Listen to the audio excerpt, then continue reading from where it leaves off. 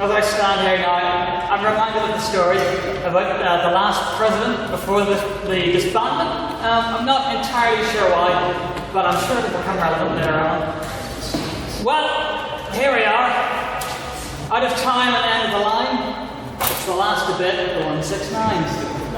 I want to thank all of you for being here this evening to send the session out with what I'm sure will be thunderous applause.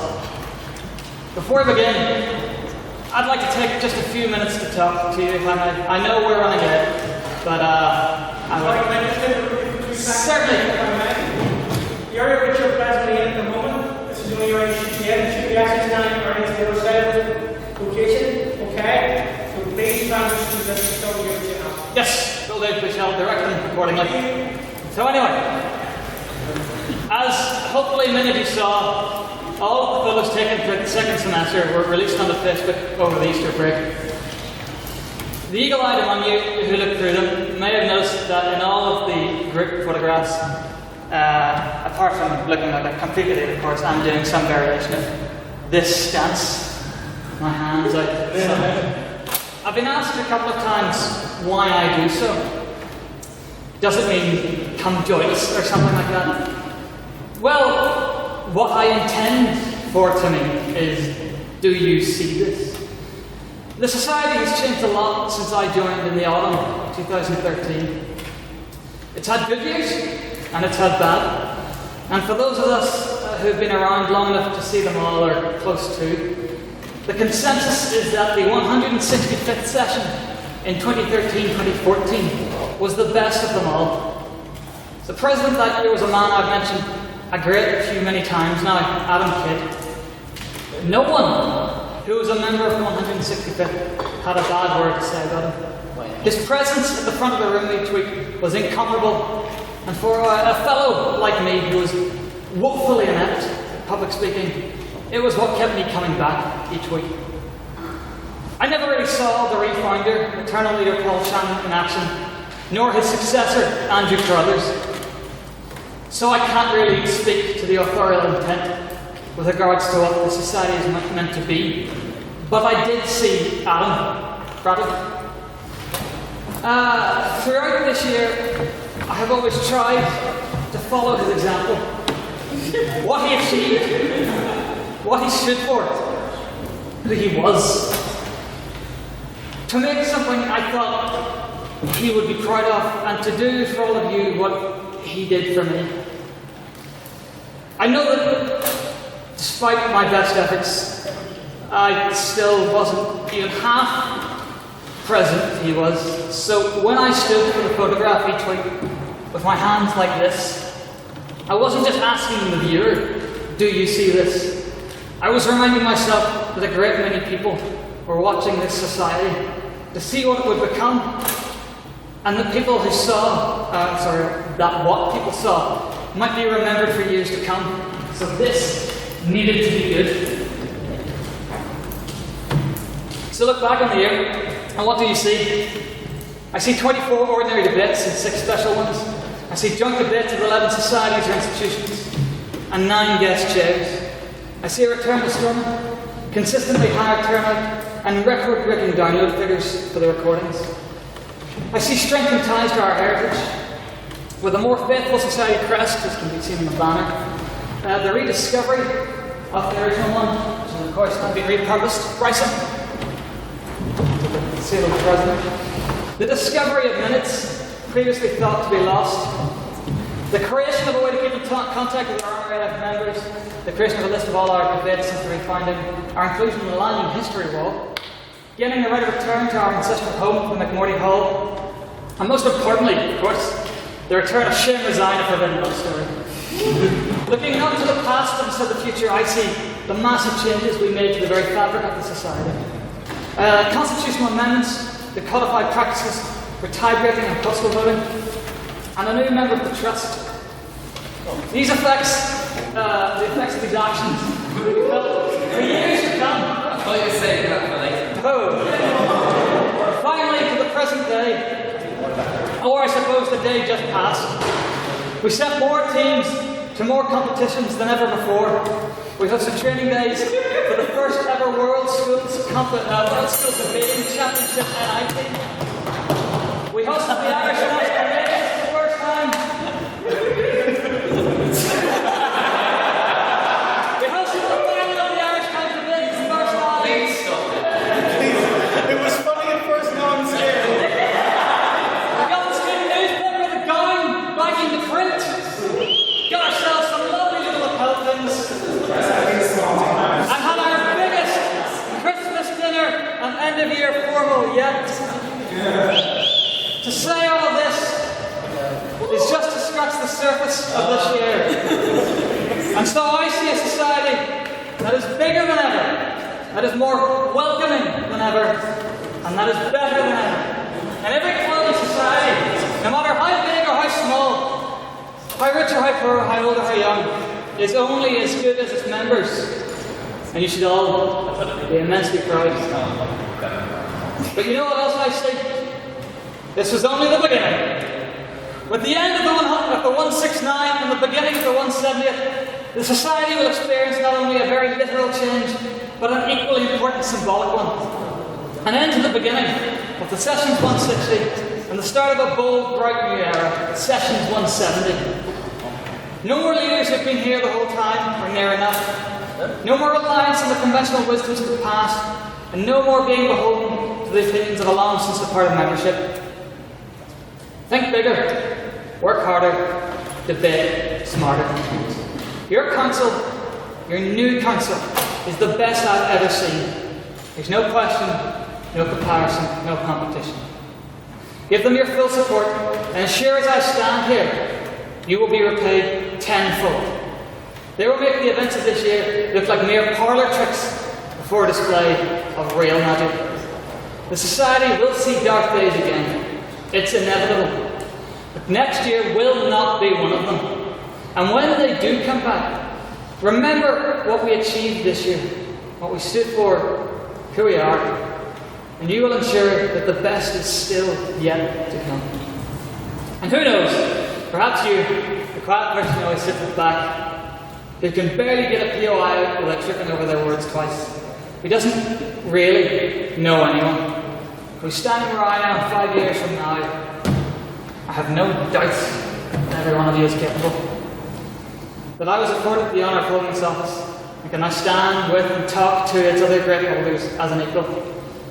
It's been the greatest pleasure and privilege of my life, and I can't thank all of you enough for it. I want to tell you on behalf of the presidents of the past, Paul Shannon, Andrew Carruthers, Alan Kidd, Tara Furiaha, Mary Louise Smith, Benjamin Murphy, and of course, myself. Yeah, there, something just fell out.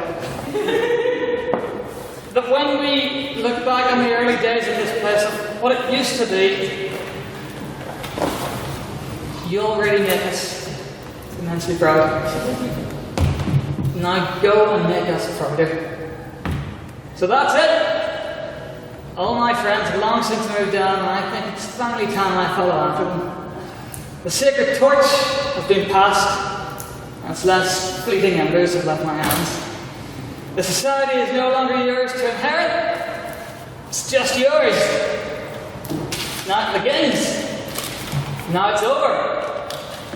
Now it's your turn!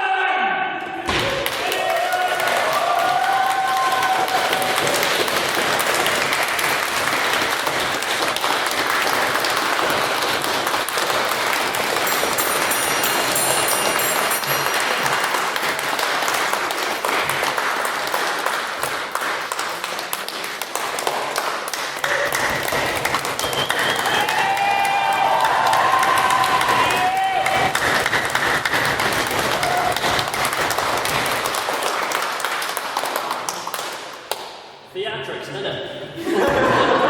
So, good evening, everyone, and welcome to what I will incorrectly call the first special meeting of the 170th session of the Literary and Scientific Society at Queen's University, Belfast. It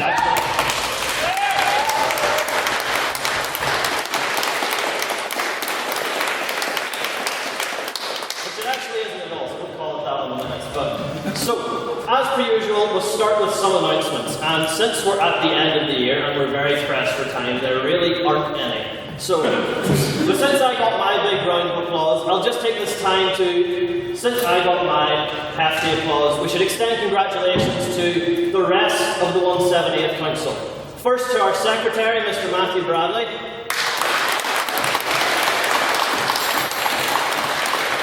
the unfortunately absent Treasurer, Mr. Shane Glasgow. To our internal convener, Matthew Bryson.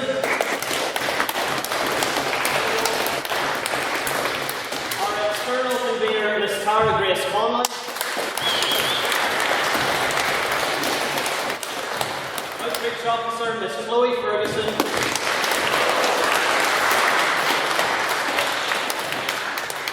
Technology Officer, Jake Kieran.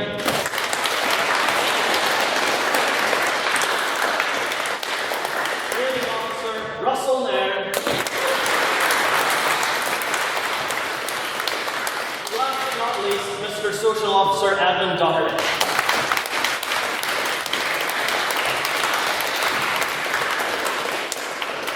We are running far behind schedule, so I'll stop the announcements there and welcome Mr. Peter Dunn to give the minutes for the last debate, which I actually can't remember.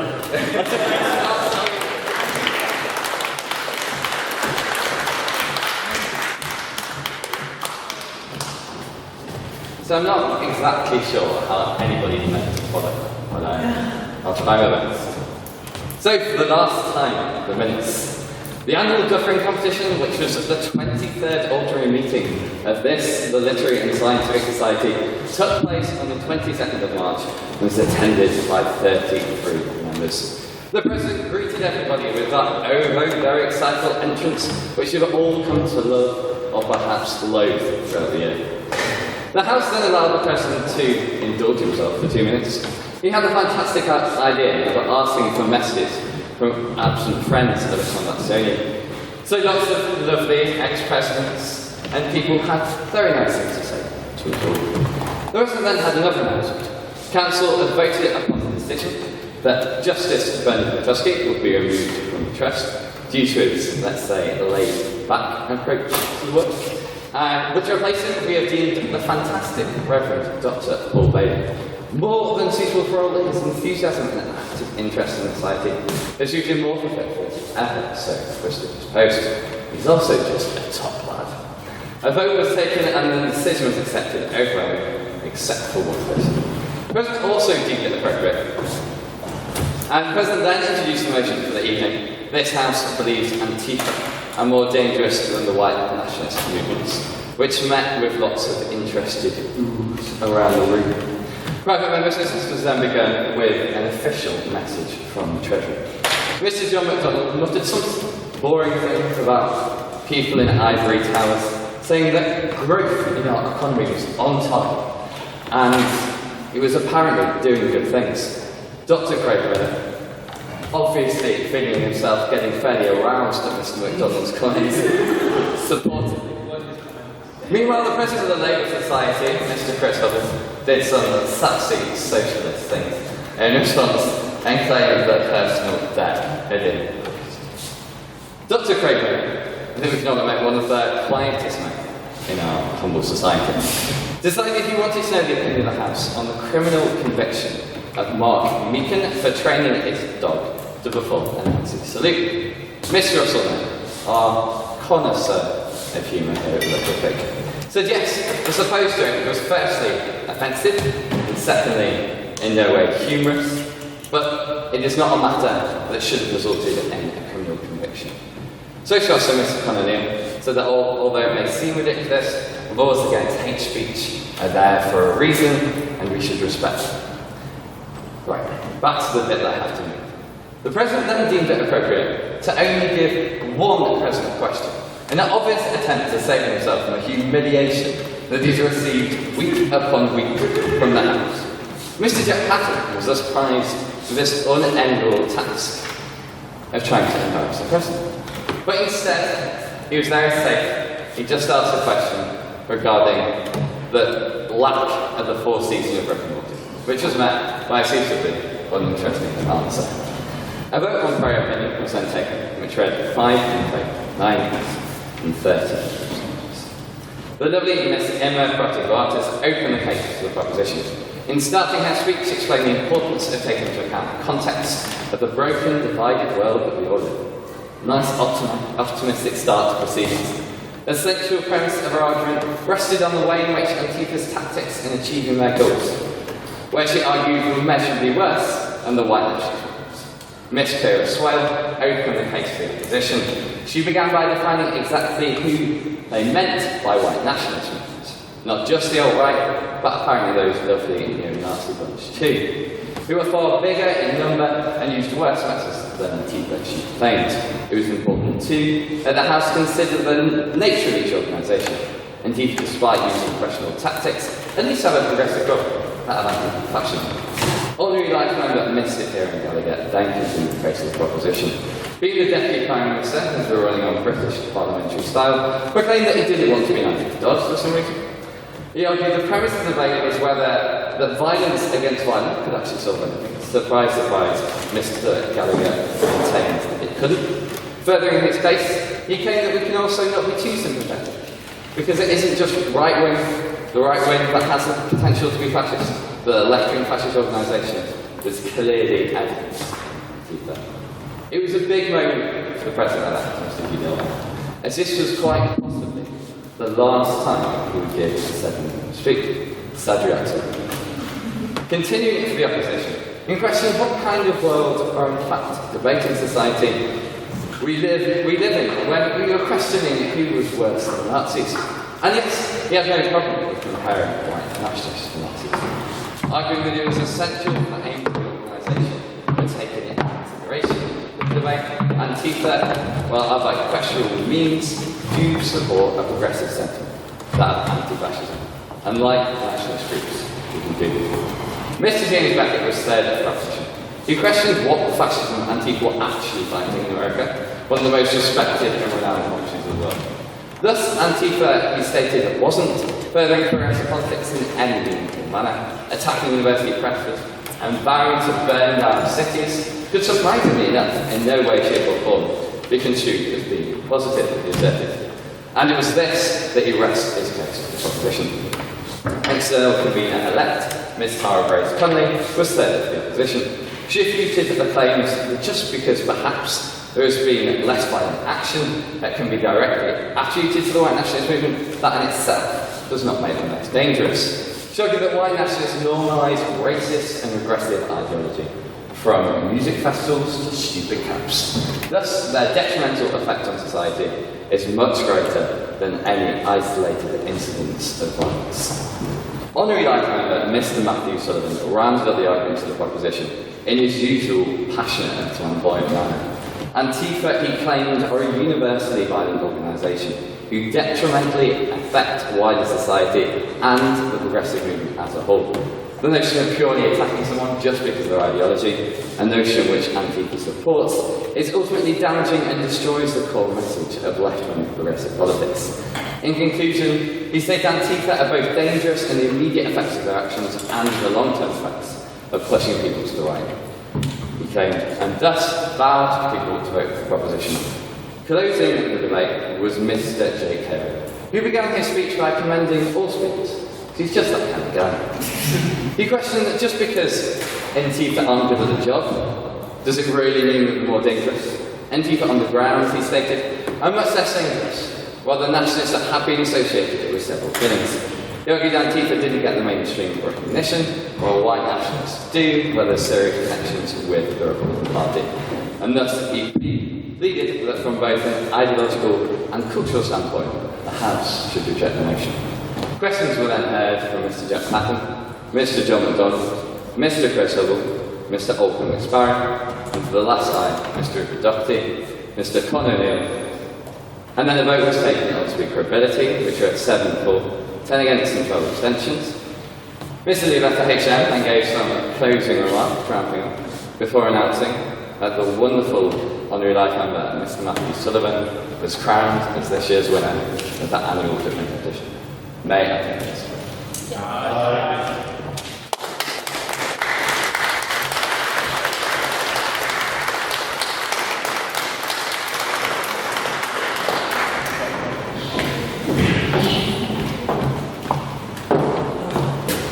So, shall now move on to a brief round of private members' business. As I'm sure you all know, this is the part of the evening where we talk about anything in the news or in the world that we want to discuss. So, I'll go first to Mr. Matthew Sullivan, HLN. Alright, so, as I'm sure probably everybody is at this point aware, there was a while ago a chemical weapons attack in Syria orchestrated by their government against their people. And in response to this, a coalition of the United States, the United Kingdom, and France launched airstrikes against, I believe it was 3 key centres of chemical weapons research and production in Syria.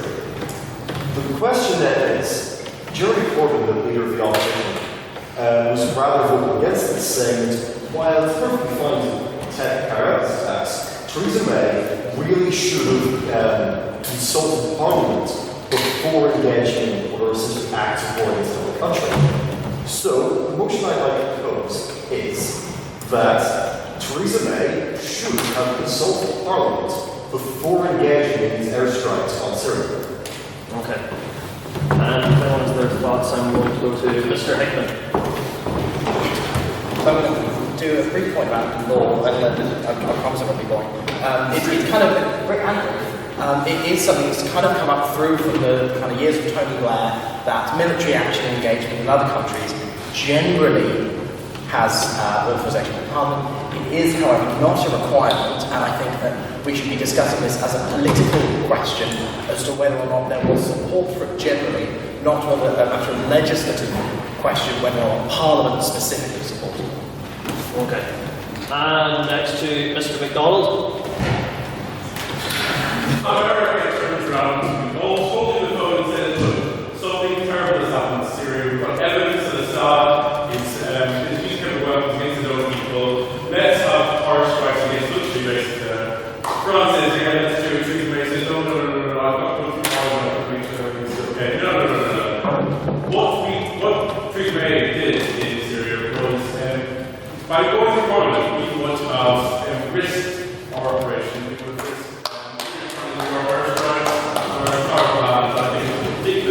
it's not legal. Sorry, it's not illegal for things like that. It was perfectly legal. She should not have to go to Parliament. We didn't do strikes. It is not a full scale. I'm going to allow one more point just before we take it to a vote. Mr. Hubble, so we can get a different viewpoint on it. There's not a legal requirement for motion. There is a moral requirement. When we are going to a foreign country and bombing, we are not at risk. This is intervention in a foreign country that could have severe consequences. America has already tried to do this sort of form of military sanction before, where we bomb them and train, and it hasn't worked. We have no clear. When we are not at risk, then the Parliament should be consulted and we should be discussing proper form. Otherwise, this is how we lead to disastrous wars and an unstable region for years to come. I have to call over very shortly. So, Mr. Sullivan, if you're happy with the motion, that is, this House believes Theresa May should have consulted Parliament before initiating airstrikes in Syria. So, I'll call to a vote now. All those who be in favour of that motion, this House believes Theresa May should have consulted Parliament, please raise your hands and say aye. Aye.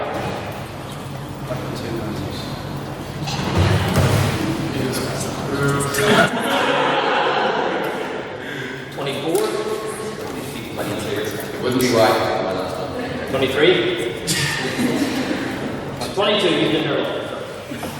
And all those who would be against raise their hands and say nay.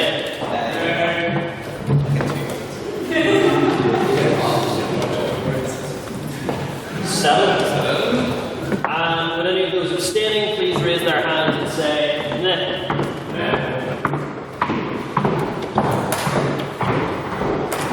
Nine. Okay. So that was 22 votes, 7 against. The motion carries. The motion carries. Ayes have it. So, if anyone has one more brief piece of private members' business, I'll allow it. Mr. Doherty. Okay, that's not brief, but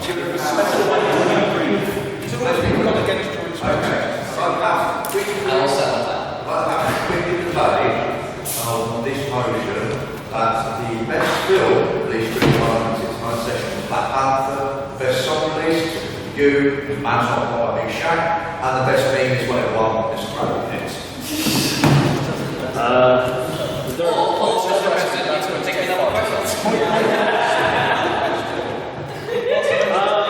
I don't think there's a motion in there, but I'm going to ask for a seconder to decide if we want to pursue this.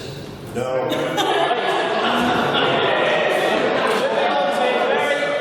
Very brief round of President's questions then, because I am very conscious of the time. So, I'm going to go to Mr. Clark. Sir, as it is clear to all, the worst president in the history of this or any society, will you resign? If I want to. Please complete your point, Mr. Clark. Will you resign? I mean, I'm expecting Matthew Bradley to take back the presidency any day now.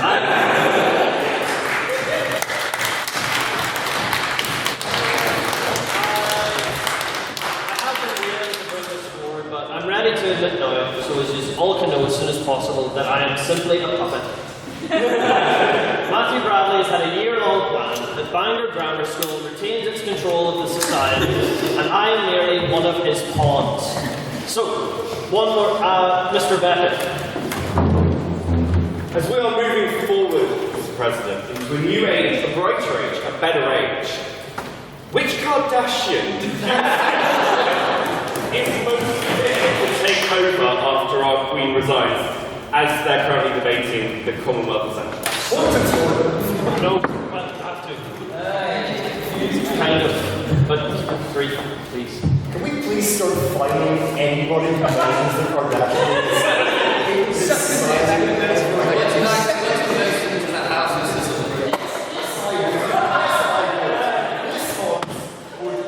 President the powers to fine anyone who mentions the Kardashians or anybody directly related to the Kardashians from this point forward. Security or definitely keep us out of the street. Okay, I'm not allowing anyone to have a piece on this, but a vote was seconded. We really need to get moving, so I'll simply have a vote. And I'm sure everyone's going to forget about this and not enforce it when September comes around anyway. These are bound in the minutes for eternity. Bound for eternity.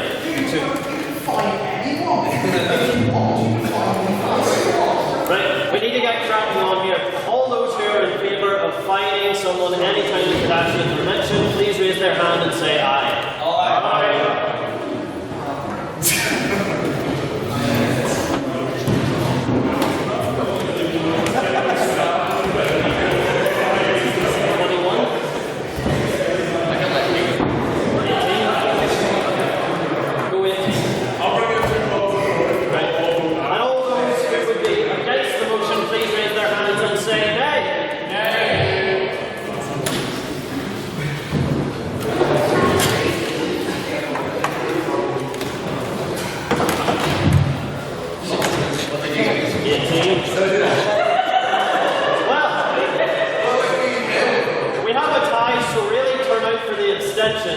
Otherwise we'll be here for ages.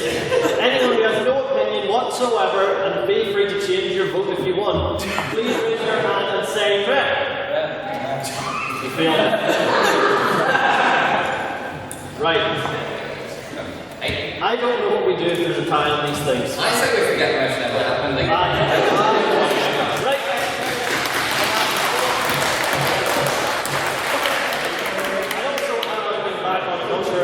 Call motions like that during President's questions anyway. But moving on to the prior opinion vote, the motion for this evening is. What? Oh no, sorry, I thought you were laughing. Okay. Next.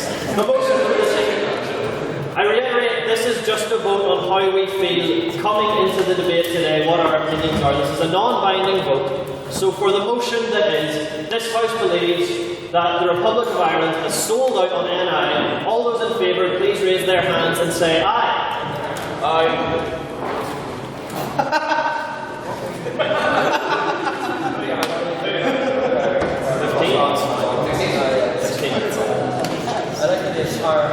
And will all those against the motion please raise their hands and say nay.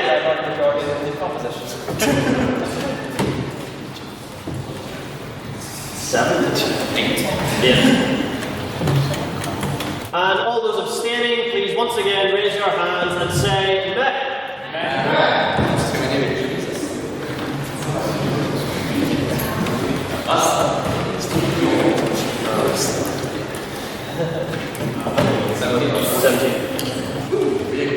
And would you read that book back to me, please, Mr. Secretary? That was 16 votes for the motion, 8 against. The abstentions have it on the prior opinion vote, so. Sorry. Moving on to the main debate of this evening, I'd first like to welcome Mr. Finbar Rogers, HLM, to speak for the proposition.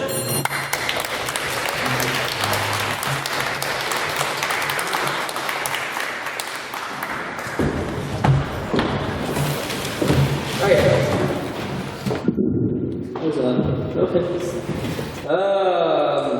Where am I?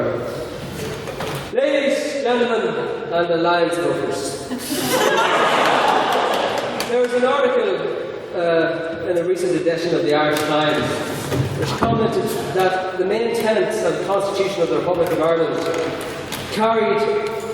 the main tenets all carried up an invisible knot, such as the former Article 2, which held the national territory consists of the island of Ireland, its islands, and the territorial seas. Not.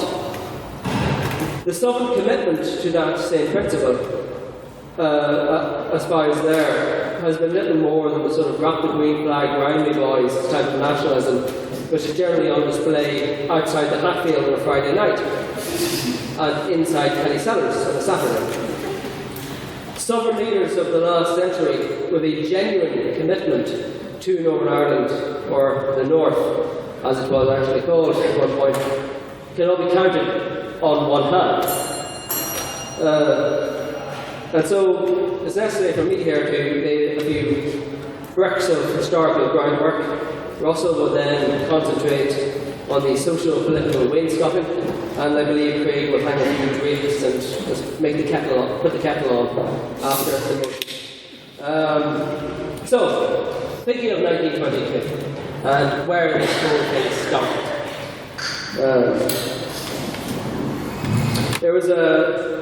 I was reading in Dave Kennedy's book, Unhappy in the Land.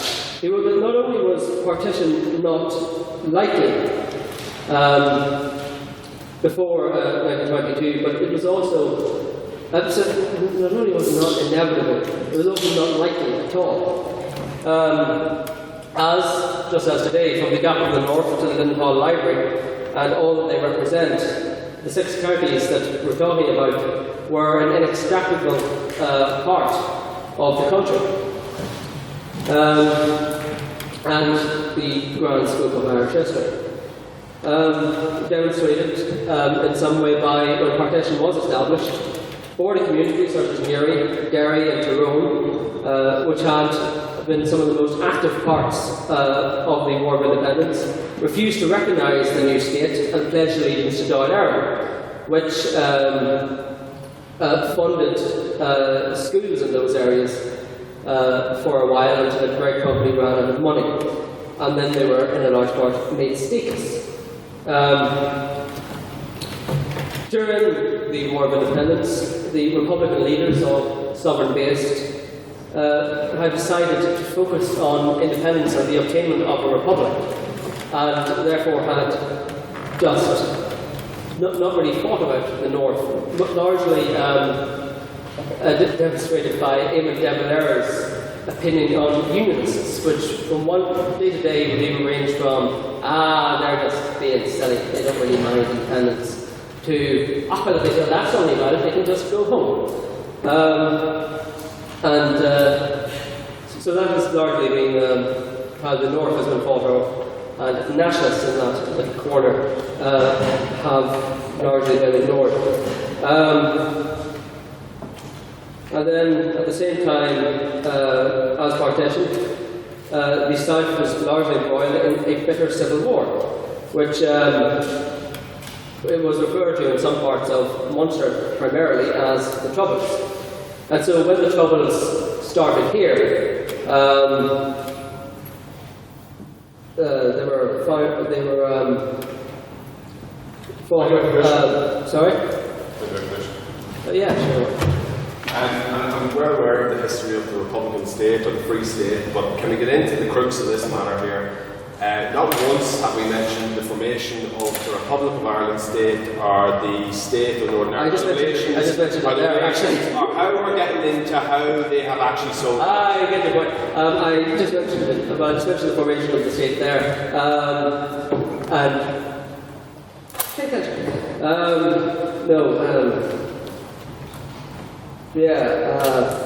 So when the Troubles started here, there was largely a thought of the memories of the Civil War were very much prevalent in the South, which shaped their unwillingness to involve themselves in mind, body, or spirit. A century of conflict and the image of a lie for the country later cemented itself within the stubborn mind and created that sort of view of the Nordies. Another article in the Irish Times talked about how they have Irish customs which don't really seem to be Irish, and British customs which don't really seem to be British, in such a way that Southerners wouldn't quite understand. And yet, in spite of this, the North, it's striking when you consider the history of partition in the 20th century, and how little that had happened in Ireland, especially compared to India, Pakistan, or Northern Korea land, which set in motion such a cultural shift that it eradicated the countries that came before to the largest possible degree. Whereas Northern Ireland has largely managed to save itself from that and maintain some sense and semblance of its Irishness in a much greater way than Dublin has, which was the part of Ireland far more affected by partition. Once known as the Pale and later as the second city of the Empire, Dublin is definitely an English city, and makes little sense to see the Irish flag flying off its Georgian buildings. And so, to answer the point you were getting at, Russell, the colour in the details of the South. Goodbye.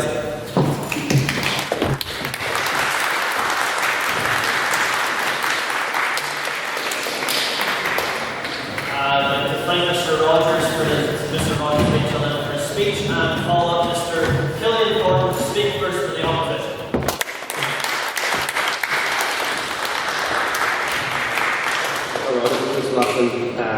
ROI.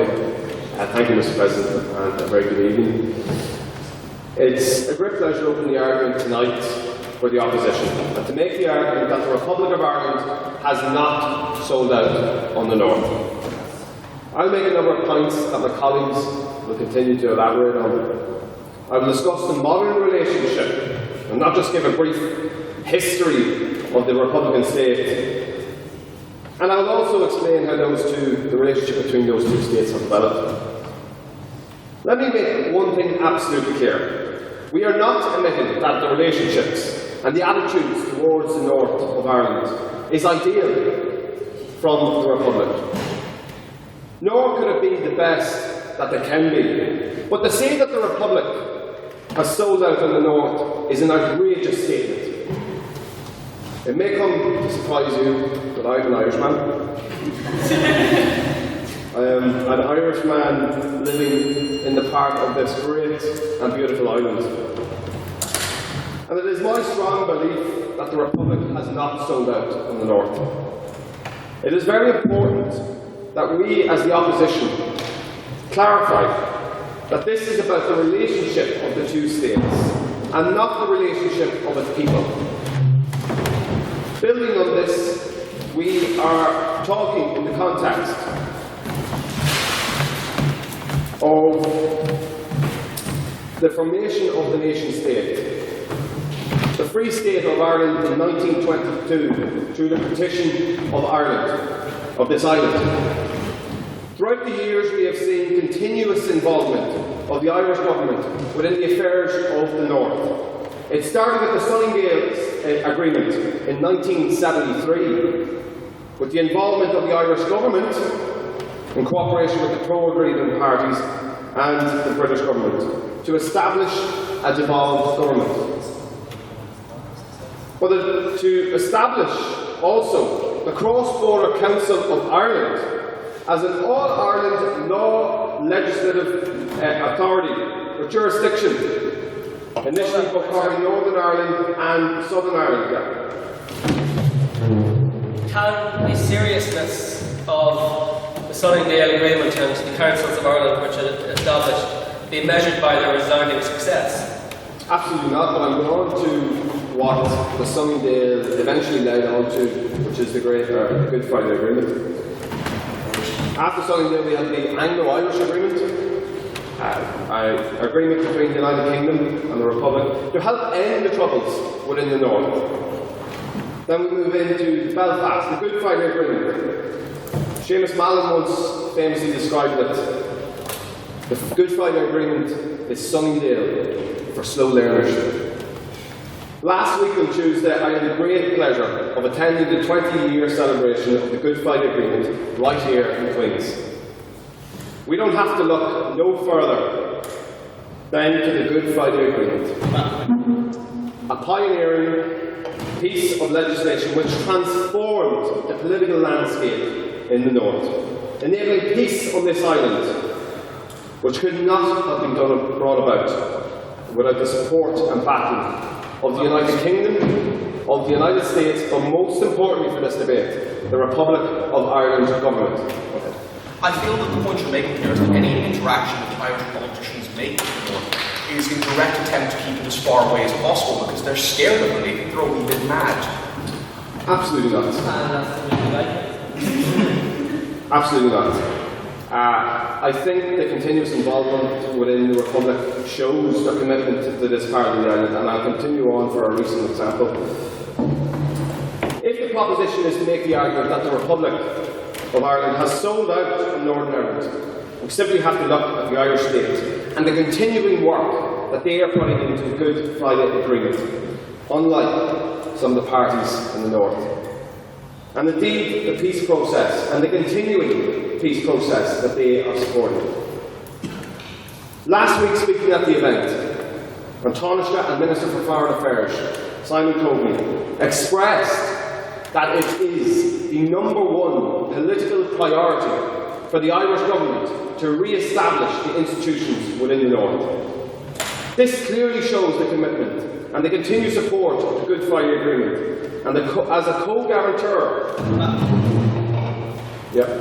Surely you can see that the sole objective of the Taoiseach right now is to take business that's based in London to Dublin, and how he's messing around with the Brexit negotiations. That's selling out Ireland. First of all, it's Taoiseach, or Taoiseach. Second of all, that has absolutely nothing to do with the Good Friday Agreement. The Good Friday Agreement is about the peace upon this island and about the democratic process on which we can establish the institutions within the North, and the democratic process that the Republic of Ireland can establish a united Ireland. The agreement enshrined within the Constitution of the Republic in Articles 2 and 3 that it is the entitlement birthright of every person in this island of Ireland to be part of the Irish nation, and it is the firm will of the Irish nation in harmony and friendship to unite this island.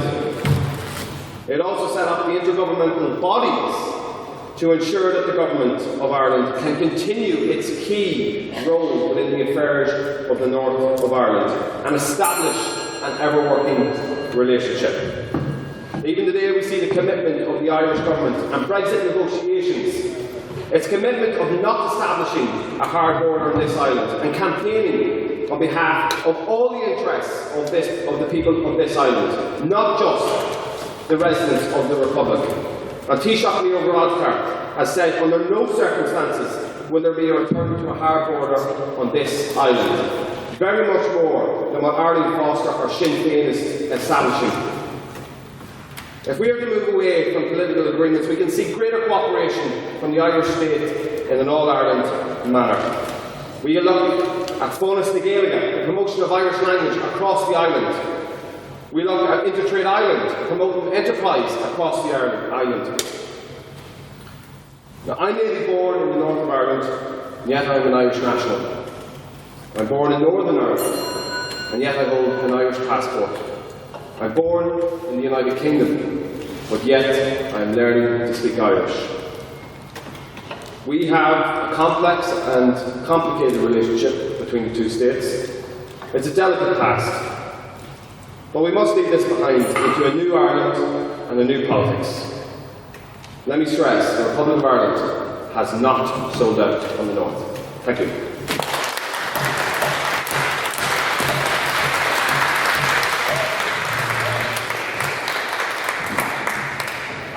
Thank Mr. Thornton for his speech, and just to make a brief over, obviously in the Great Hall, it's a lovely building, lovely corporate, but it has problems with sound, so it's just for the people in the seat at the back. If you're delivering POIs, so just try and project as much as possible so we can all hear the issue back. And now I'm pleased to welcome Mr. Training.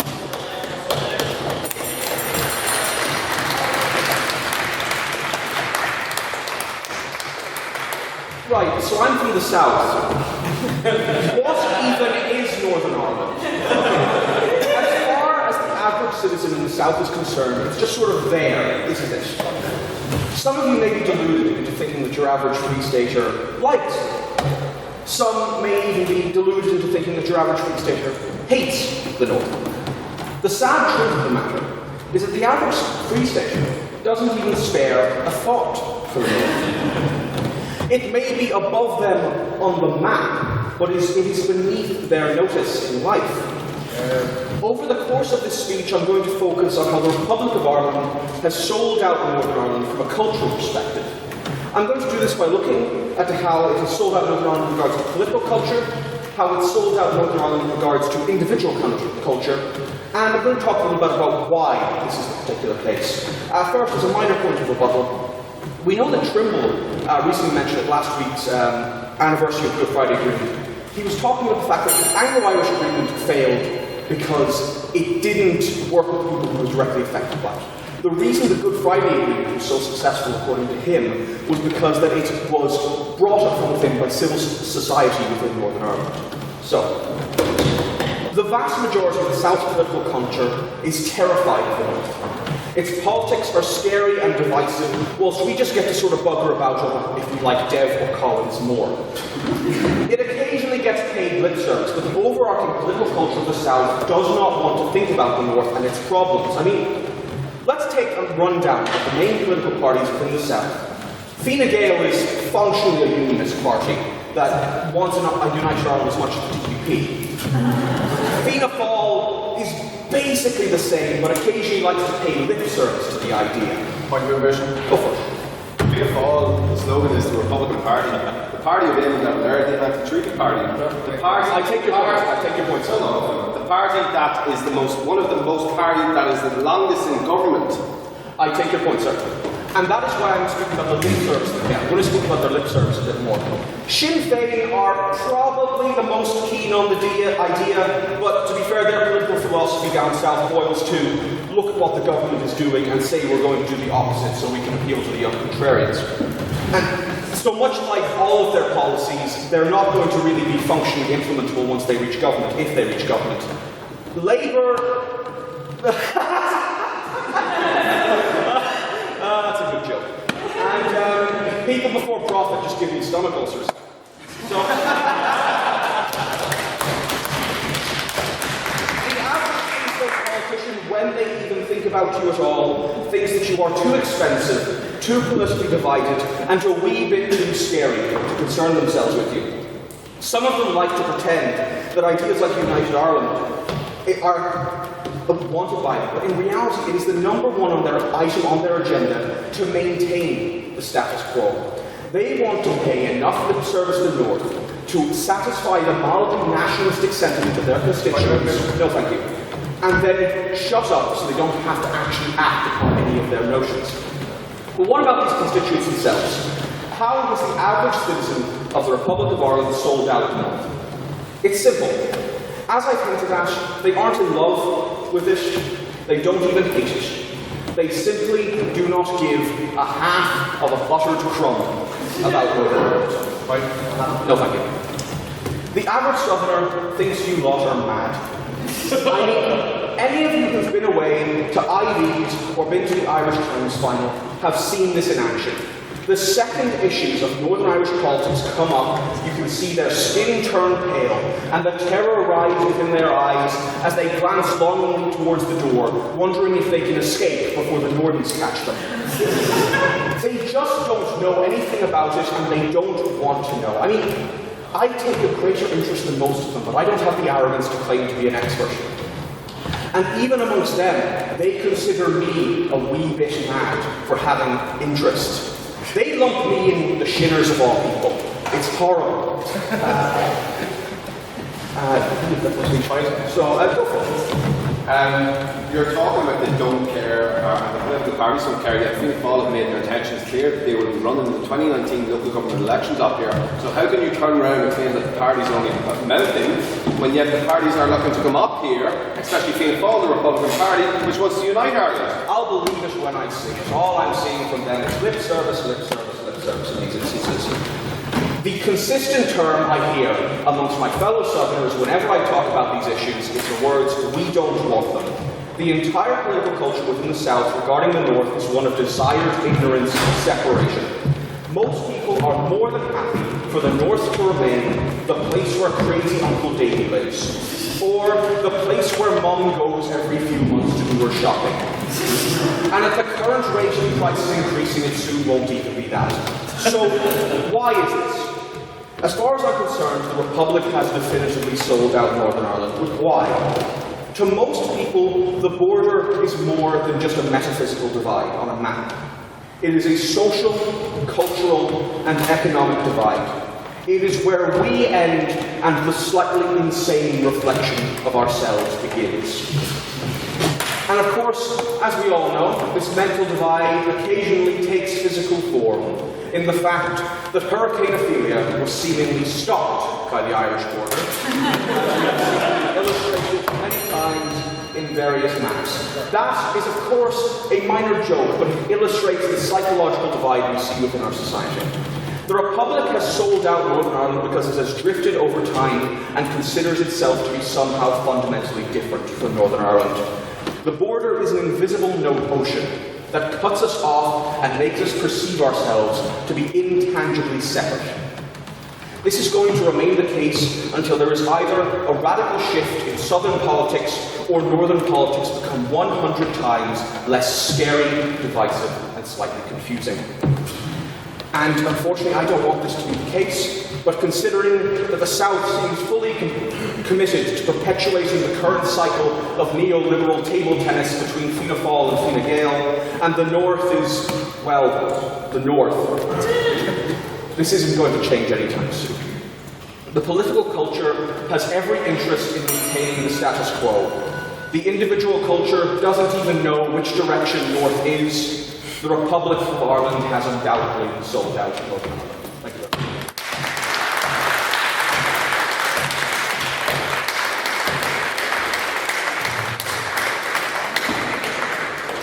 Thank Mr. Mayor for his fine speech and invite Mr. Beckett to continue to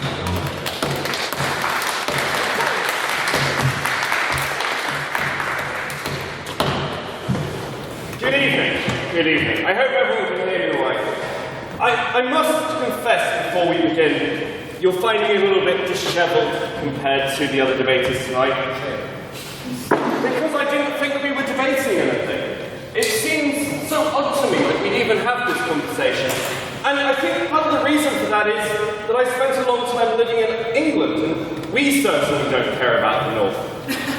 So, my immediate question to the proposition tonight is, if Southern Ireland does not care about the North, if the Republic has truly abandoned them, then why on earth haven't they fallen into complete chaos already?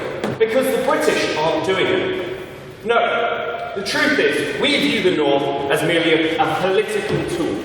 We're happy to co-opt the DUP to feed our own parliament. We're happy to kind of say that they're Britain, but frankly, the way we're taught in Britain, even about how your religion works, is lacking. When I came here, even as a theologian, I barely even heard of Presbyterianism. It seemed so bizarre to me. And I must confess that I feel that there is a touch of conspiracy from the proposition tonight. Because if they truly wanted to take over the North, if they wanted the South to unify Ireland, what better way than to lull the British into complacency by saying they don't care at all? This is a typical and long-winded and old tactic. When the first speaker decided to speak about history, it's a ruse. He doesn't care about history, he cares about tomorrow. He cares about Ireland as a unified force.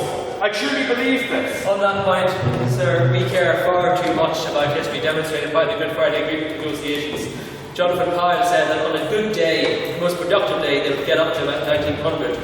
The reason why Northern Ireland has failed is because Britain doesn't care about it, the South doesn't care about it, but Sinn Féin and the DUP wanted to work just out of spite of each other, or knocking each other up in this sort of cinch. I mean, that's certainly a convenient way to look at it. I think that ultimately, when we're talking about complicated political rationale, it's unfair to say that the South completely abandons the North. While it may be true that they view the North as a little bit crazy, a little bit weird, the fact is that they're still having conversations about it. The border crossing within the Brexit negotiations matters. It's important to everybody. It's even important to England. To claim that the South doesn't care about these things is lunacy.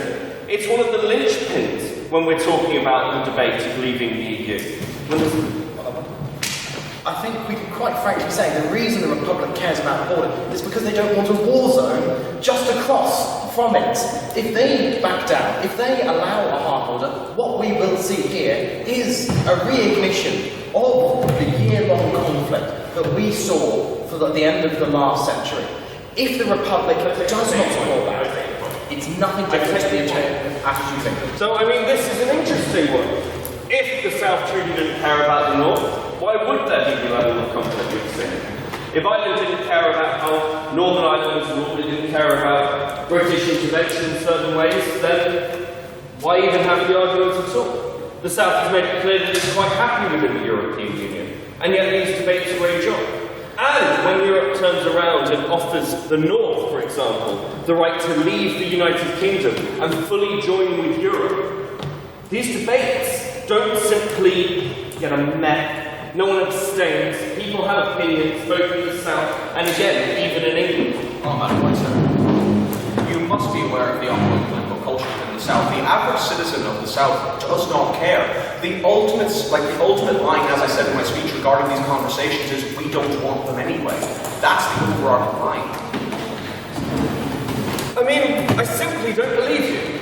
I think that's the problem. It seems absurd to say that you don't care about your countrymen. It's like somebody in England saying we don't care about Manchester. Yeah, we think that they're smelly and unwashed and you couldn't get a job there if you paid somebody to but we care about Manchester. Not so much Birmingham, but Manchester. The truth is, the proposition wants to give this idea that somehow Ireland is more divided now than it's ever been. But I don't buy that argument. I don't believe it. And I don't think anybody else in this room really does either. And if you are claiming that Ireland is so divided and culturally as an important section, then I ask you to turn to the first speaker of the proposition, who regularly makes jokes about people's religious denominations, or how they view the world, or where they are from, because even those small tidbits, north or south, matter and have a cultural impact. We recognise how we see each other. We recognise what's been shared through the long-running, century-long conflicts, and why it matters. And that's why the Good Friday Agreement matters. It matters because it brought us steps closer to each other. And the South can say what it wants, it can act aloof, but I don't believe that's how people feel. Yes. You said multiple times that you simply don't believe what the proposition is putting forward, but you've yet to offer a concrete reason why. So my question is why? Well, I mean, I'd go back to firstly the agreements that have occurred, the arguments and debates, the long-running conflicts about Irish independence, which has included the North. I would go to people I've spoken to in this very room who hate Cromwell because of what happened in the North. We have a shared cultural heritage of kind of hating the English because of what's happened in the North. And if no one cared in the South, if the South truly didn't care, then we wouldn't have the same arguments against the British that occur. They just allow the North to function as is. That's not the case. It's a difficult debate to have because, in some regards, it's slightly absurd. But I'd like you to all consider tonight, whether you're from the South or the North, whether you feel like you're countrymen with each other. And I believe many of you will find that you're all Irish. I urge you to support wow, sorry, it's the first one being on the opposition. The South has not abandoned the North. Thank you.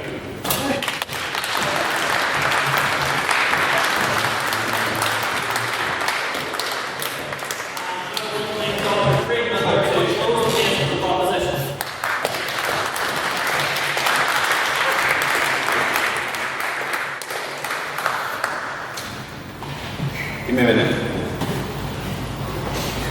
Can't think of something to say.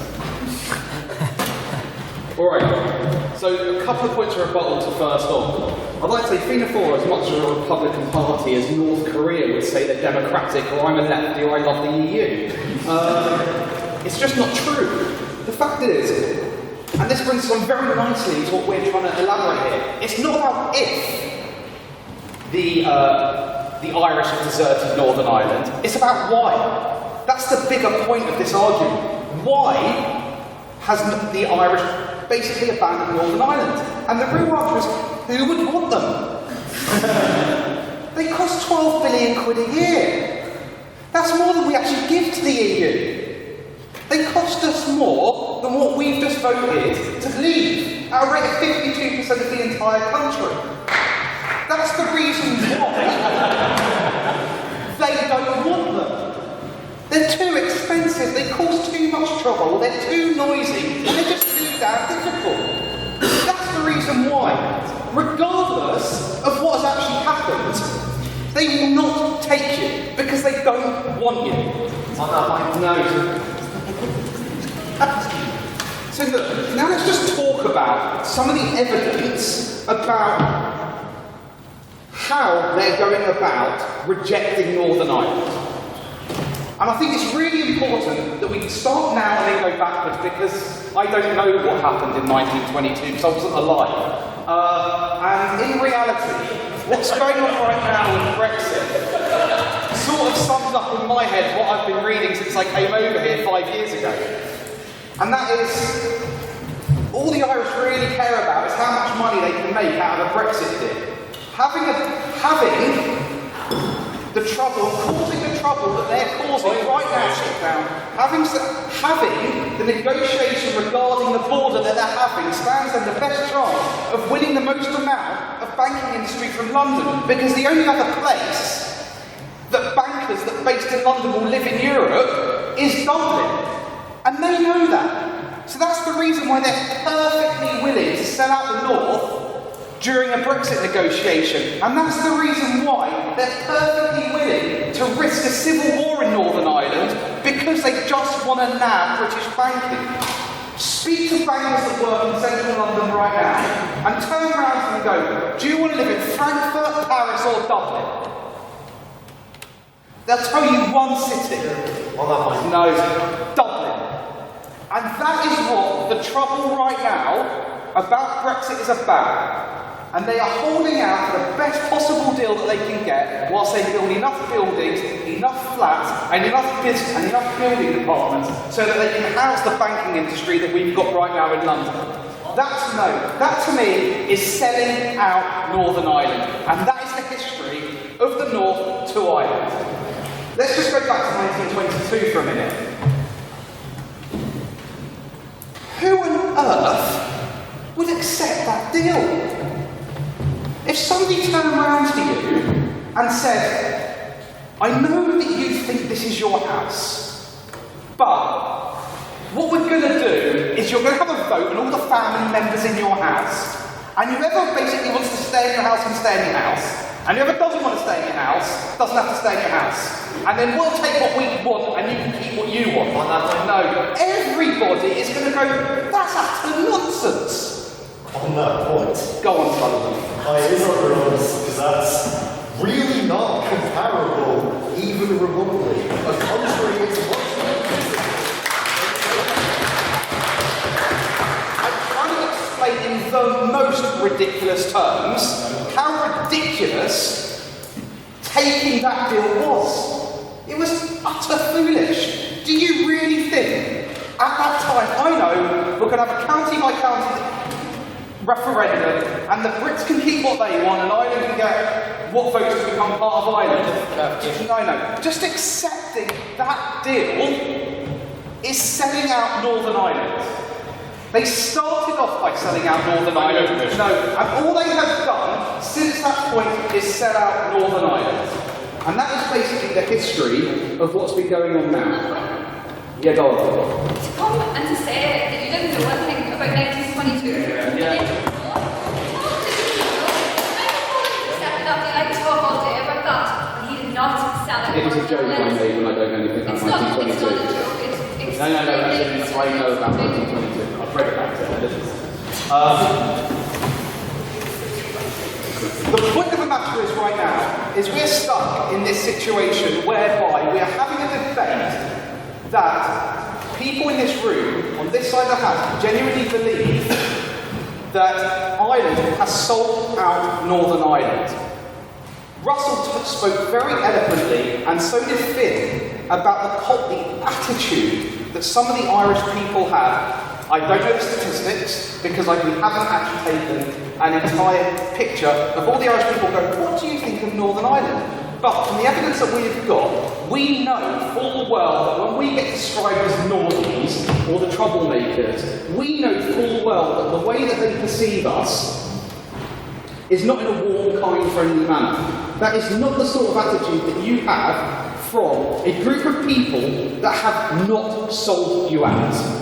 That's what's happened. As has been said by both sides of the house, they don't want us, we don't want you, who wants you? That's the point. And that is the general attitude from that side of the house and from that side of the house. And all that shows is that the Irish have sold out Northern Ireland. It's not about if, this debate is about why, and that is basically what we've been arguing, because it's so much damning, the evidence against the Irish in this one. I urge you to vote with the motion. Thank you.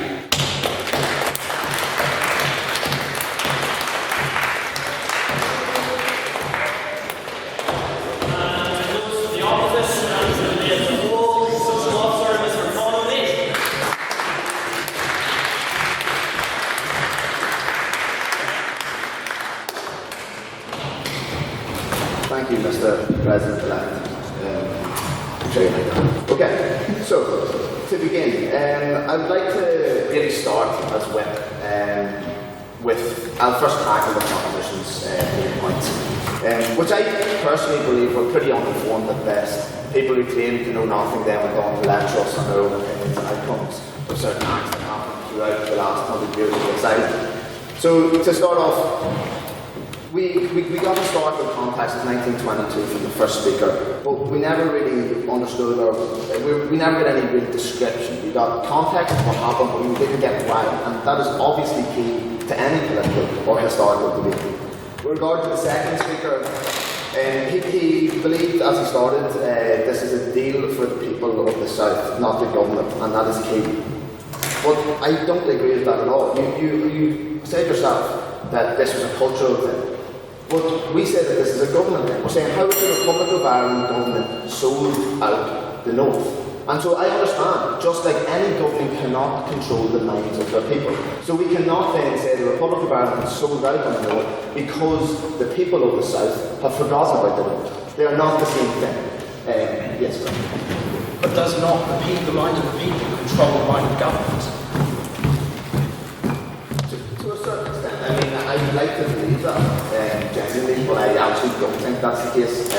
In a democracy, that is the way it should be, but if we do look at governments all around the world, I really don't think that is how it works.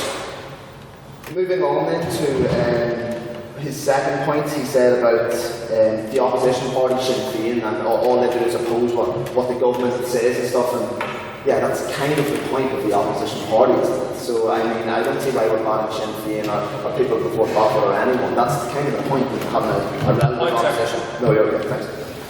So, in terms of the big city complex, I believe that in any society, the big cities do kind of care less about the nationalistic thoughts. Anywhere in the world, you go to London, you ask them how they care about the deindustrialisation and poverty in the north.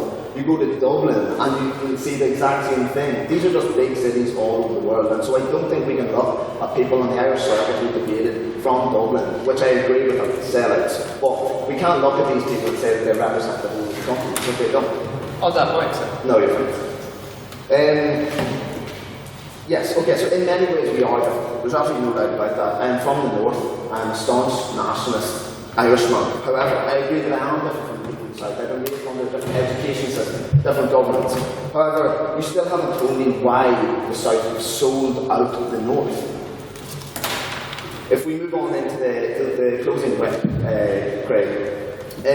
So with regard to, you basically made an economics argument with regard to the south, and especially with regard to just Dublin.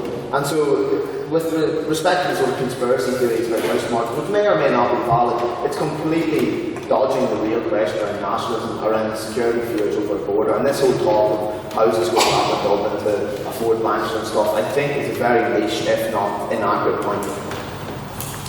So moving on to my own brief speakers on the opposition, who are actually placed their own place. Ms.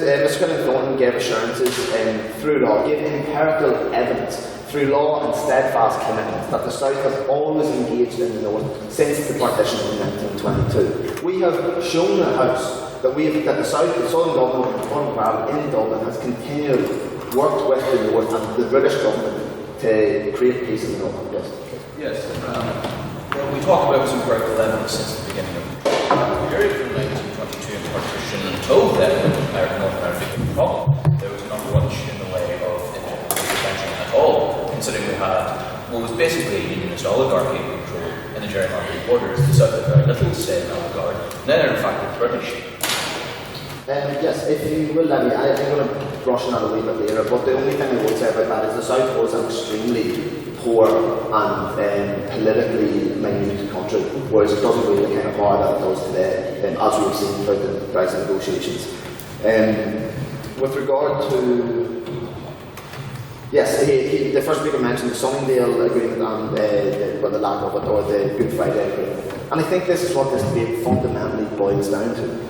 In 1998, there was an agreement that both the British government and the Republic of Ireland, through law, agreed to give up their aims of foreign policy over the North and let us, the people, decide whether we should join the South or not. And through that law, to create peace, which has, by and large, been very successful, one of the most successful peace agreements in the history of international conflict resolution. Through that agreement, we can self-determine whether we want to join the South. That is no thing. You didn't have the courage to take one of mine, so I'm going to dismiss you. So, with regard to that, we have self-determination. They didn't sell us out. In fact, they saved us from an inevitable conflict that was taking place for 30 years. Think about the amount of lives through brave politicians in the South, in England, in London, in the North, who all came together and said, we're not selling out. We're actually sticking up for our people, for our citizens, making them safe, and letting them determine their own self-determination. By which case, if the South, or if the North were to say we want to join the South, then the South said they're absolutely engaged in that debate. And just because it hasn't, they fundamentally aren't allowed to debate. That's the point in the agreement, because they have to be bipartisan. That's not selling out. It's sticking up for your people and letting them decide on their own terms when they want. So that's longer than perspective. Right, so I believe ideology is a powerful and indeed dangerous thing. It creates both unity and partition. As we have seen with regard to this whole debate, I feel like the fact that we even call ourselves Southerners, Northerners, the North, the South, shows that we haven't sold out. Shows that we're not Northern Irish people or Southern or Republic of Ireland people. I call people from the South because they are Irish people just like myself and they believe the exact same, or else they would call me a Northern Irish person. But they don't. They have not sold out. I do not believe that. And I think that any amount of romanticism on this side with regard to that sort of language is just inaccurate. Let's flip the debate. Has Northern Ireland sold out on the South? Can anyone in here really tell me what's going on in Southern Dublin? Just like they don't know about what's going on in Northern Dublin. It's essentially just two different systems. And you obviously have to take the one that you're governed by and try and at least see around it before you go to other places. Comrades of the House, the proposition has given me nothing but speculation and old wives' tales. The opposition have told you through empirical evidence and a minor bit of romanticism why the Republic of Ireland has not sold out. This meaning of selling to actually get something in return for what you have done. Forgetting about the North does not mean you have sold out, and on this basis you must oppose the motion. Thank you.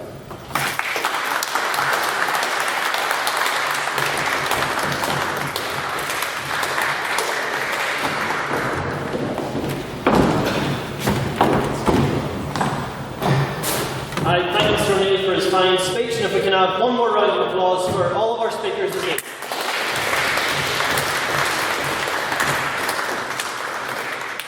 So, as the hour gets late, I'll invite us all to what will be a relatively brief round of questions, going first to the proposition. If anyone has any questions for them, raise your hand. Mr. Patton. Mr. Mayor, in your speech you said that the political parties in the South have abandoned Northern Ireland.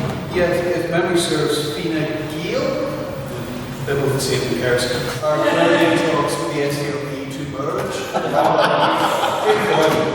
Who cares? Are currently in talks with the SDLP to merge about joint candidates. Same wording, who cares? The question is then, is this showing a complete apathy, or is it actually trying to take part in Northern Irish politics?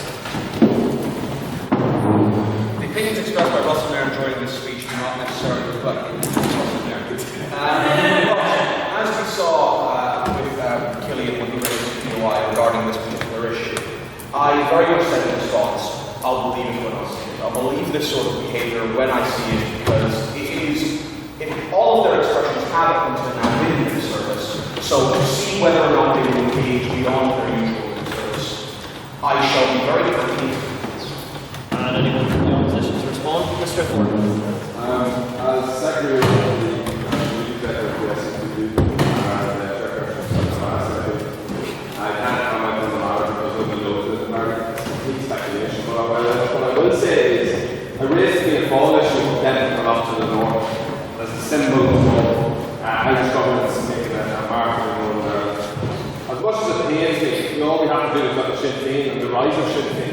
Going on a United Ireland ticket, and a United Ireland ticket is what they have as their main priority, and yet they are rising both here and in the Republic of Ireland. So I'm moving away from the three parties taking issue immensely, but Sinn Féin, that's what I need. And now if there are any questions for the opposition. Miss Fleming.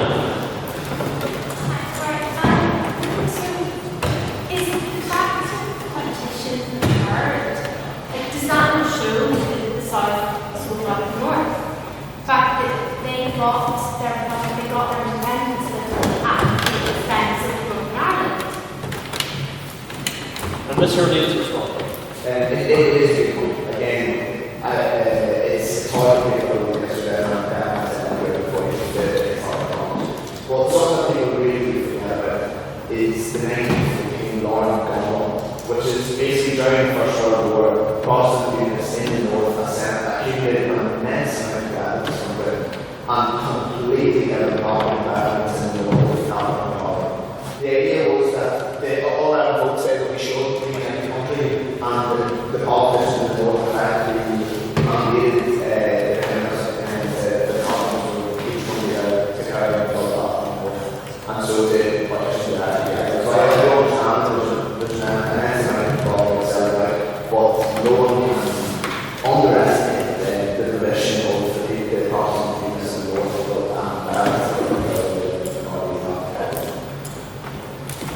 And if anyone from the proposition would like to respond? Well, firstly, to answer Mr. Fleming's question, yes. Secondly, to address Mr. O'Neill's comments, I think really the best response would be to paraphrase Edmund Blackadder. The partition of Ireland happened because it would have been far too much effort not to partition Ireland. It was just like we don't want to deal with that. It was not meant to succeed. It wasn't really meant to fail. It was just meant to be there for a few years until possibly unite the whole thing under the Commonwealth. And if there are any abstaining points on the motion, Mr. Murray. Yes, thank you, Mr. President. I would like to draw the attention of both sides to recent affairs around the turmoil that we've seen in terms of getting Stormont back up and running in Northern Ireland. And what I would say is we're seeing a situation at the minute, we're seeing a situation where the British government, there are steps that they can take in order to expedite that process, but which they're not taking because the DUP are in their pockets. So that's things like bringing forward legislation on Irish language reform, which is the second point in the talks process, and appointing an independent mediator to the talks process. Now, the Irish government, of course, has powers under the Good Friday Agreement as a guarantor. However, it is you have to ask you for this brief, Mr. Murray. Yeah, sorry. The Irish government has powers under the Good Friday Agreement as a guarantor, and in a way, it has the power to sort of twist the British government's elbow on this, but it's just choosing not to. Does either side believe that there is a case to be made that they're choosing not to exercise this power because they want to see Sinn Féin squirm, essentially, for their own political gain? Mr. Nicholas. I'm sure, why not? No, I absolutely don't think so.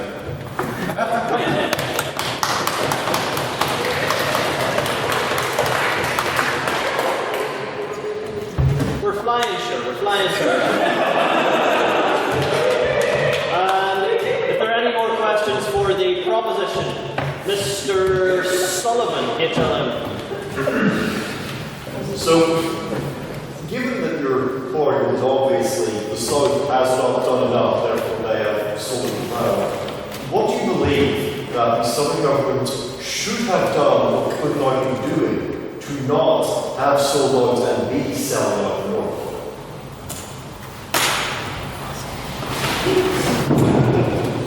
And Dr. Miller to respond. Okay, I think Con actually helped our argument here when he basically said that because the Protestants in Northern Ireland had the monopoly on weapons, they agreed to partition. That's not, I'm reciting what Oppa said here, and that is the actual definition of selling somebody out. Leaving your kin under British rule because you're too scared to engage them because they have a bigger gun or a few more guns than you is the definition of selling somebody out. He's put that to you. That's what they could have done. They could have dealt with this problem back in 1922, but they decided to be scared. And basically right now, in terms of the EU selling out the EU again, they did Messrs. Tusk and Juncker to hold their hands, basically have a little squabble with the United Kingdom. They could actually be doing something to try and reform an Irish country, but what they're doing right now is not that. So they're 2 points where they could have actually done something more rather than setting out Northern Ireland. His words, not mine. I've been really creative today about I still have my credit for the opposition. We are not talking about cultures, we're not talking about speculation either about what the Irish people think. And to build on what Crowley said about the EU, the Irish government is a co-guarantor in this part of this island, and it will remain a co-guarantor for the Irish people of this part of this island. So it is protecting the interests when it turns around and says that there will be no hard border on this island. And when Greg talks about the English people coming over here and relocating the British banks employees relocating over here, of course they're going to come over here. A highly skilled workforce, an English-speaking workforce, and a highly paid workforce coming over. They're not going to send them to Poland.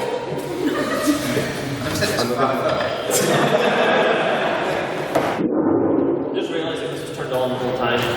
Anyways, are there any questions for the opposition? Any at all? Mr. Eggman. Just a couple of points to kind of pick up on. So we've heard that you're not interested in what the people think. You're not interested in what culture is across the border. In this debate, that's not the question about who's selling out. The question is government. And to support that, you cited a party that's not in government, which is extending its range to the north, pointing out the fact that independent government in the Dáil at the moment, not Fianna Fáil. And in that respect, the only person that you've cited so far is a minister making a promise that there won't be any hard border in the north without citing any evidence of that actually being taken. So just put that to you. First of all, as I said, Fianna Fáil are the longest serving party in government in the south. Second of all, Micheál Martin, the leader of Fianna Fáil, has also come out and said that it is his intention that there will be no hard border, and his shadow government also stand by that. I have quoted Fianna Gael because they are the government at the moment, and as the government of Ireland, regardless of what party it is, haven't written to be in some day, that they are the full guarantors of that agreement. So regardless of the party, they have a responsibility upon this party.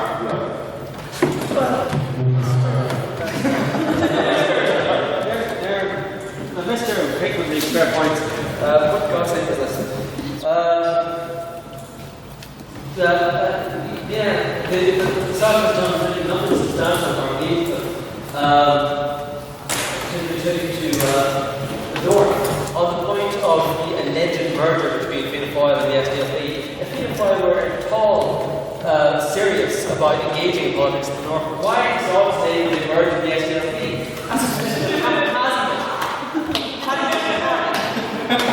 As I said in my speech there, you count the number of political leaders in the South who were, in the last 100 years, who had any serious plan towards the North. And that's John Redden, Michael Collins. That's about where the similarity between those two end. Very different approaches. Charlie Haughey, Gareth Fitzgerald, again, these are reflect the everything. And then Bertie Ahern. Bum, they're these like three high points of home rule just after the Civil War, before Collins was shot in that Devil era and ruled the entire country for a few years. And then Fitzgerald and Haughey, again, very different approaches. And then Fianna Fáil support for New Labour and Clinton administration, but then they learned from the mistakes of the past, and rather than trying to impose peace on Northern Ireland, they backed up the starting in 1968 foundation of Carrymila. Right, and finally we shall take one more abstaining point on the motion if anyone has any they'd like to present. Or if they want. Mr. Hubble.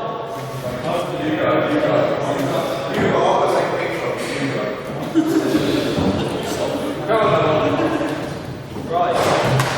From my awareness, no one here was alive in 1922. I was alive. Just stop going on about things you clearly don't know about. Well, you were not born then. Mr. Beckett to respond. As a junior, we are three people with a deep shared history with you, and I feel that I, as a junior, have imparted a great amount of my knowledge onto the opposition just by being here tonight. So I reject your claims, sir. But ultimately, through the eternal immortality of my effort, I feel we're able to talk passionately, with dignity, and with intelligence and wit upon this subject, that if maybe you could trim off the ponytail, you too would be able to appreciate.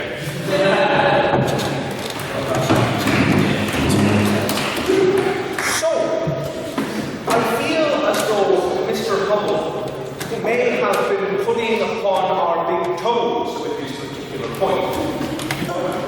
However, and I completely agree with him, of course.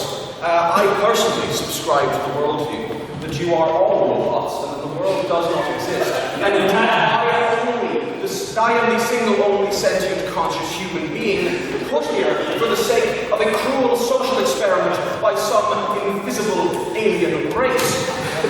However, given that, I believe it is perfectly possible for circumstance.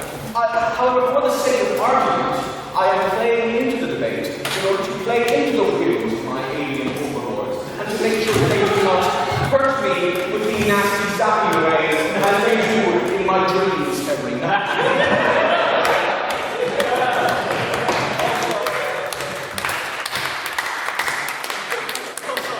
This is a serious point after Mr. Miller essentially wants us to talk about the fact that Sinn Féin are effectively rejected because they are, as far as we're concerned, the Liberal Democrats of the South, which is a sad position to hold. I believe that's a good point to wrap up the question, folks.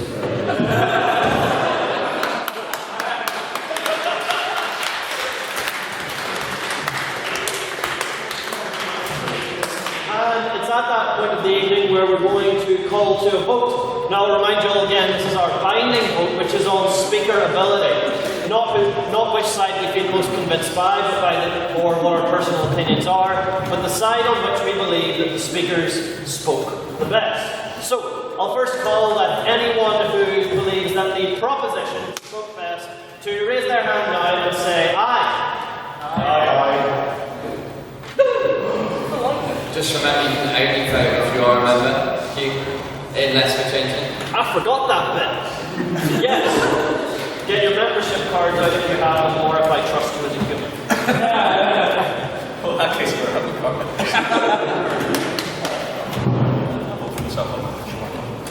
Well,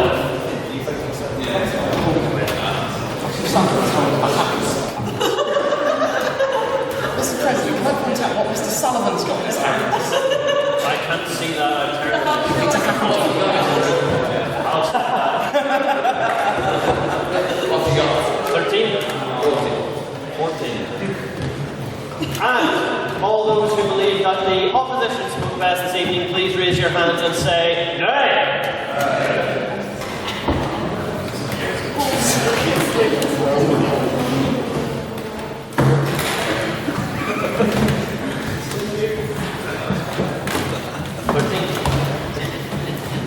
Everyone get what?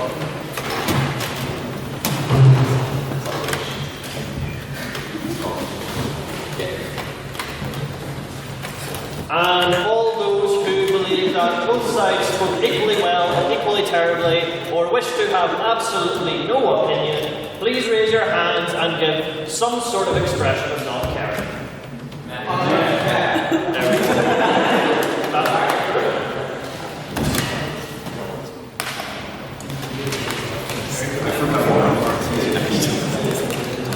Yep. Wait, 9. Read the vote back to me, Mr. Secretary. Mr. President, for the last time, I was a very, very close vote. 14 votes for the proposition, 13 to the opposition, and 9 abstentions. Well, you heard it there. The proposition has it. The proposition has it.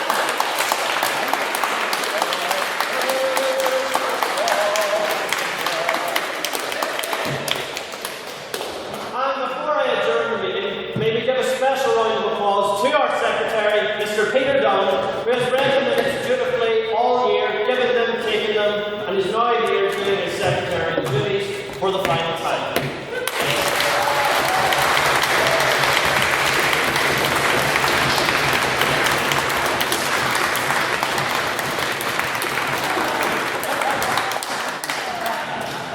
And so, for anyone who cares as little about their exams as I do, we'll be adjourning to woodworkers after